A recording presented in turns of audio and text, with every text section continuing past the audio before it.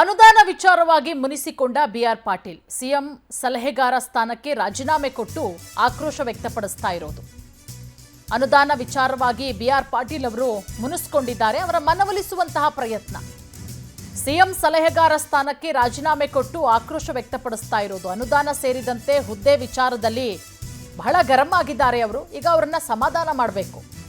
ಹಿರಿಯ ಶಾಸಕರ ಮುನಿಸಿನಿಂದ ಸಿದ್ದು ಸರ್ಕಾರಕ್ಕೆ ದೊಡ್ಡ ಮಟ್ಟದ ಡ್ಯಾಮೇಜ್ ಆಗ್ತಾ ಇದೆ.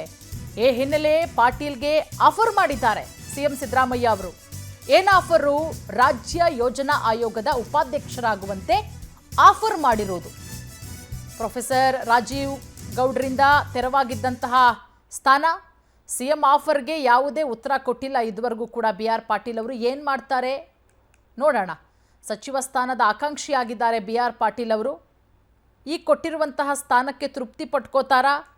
ಸಿಎಂ ಕೊಟ್ಟಿರುವಂಥ ಆಫರನ್ನು ಒಪ್ಕೋತಾರಾ?